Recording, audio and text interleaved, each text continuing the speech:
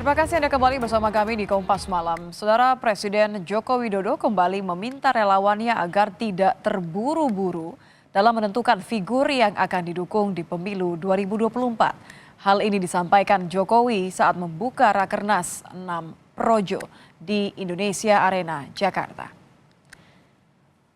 Dalam sambutannya Jokowi meminta Projo untuk bersabar dan tidak terburu-buru. Ia pun menegaskan agar tidak ada yang mendesak dirinya untuk mengumumkan sosok yang ia dukung.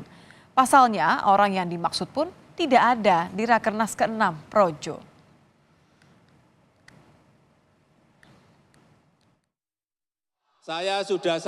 Sudah saya sampaikan, ojo grusa-grusu.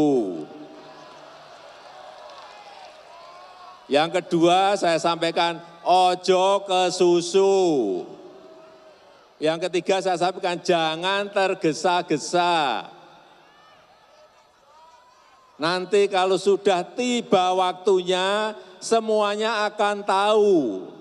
Jadi jangan mendesak-desak untuk hari ini saya ngomong siapa.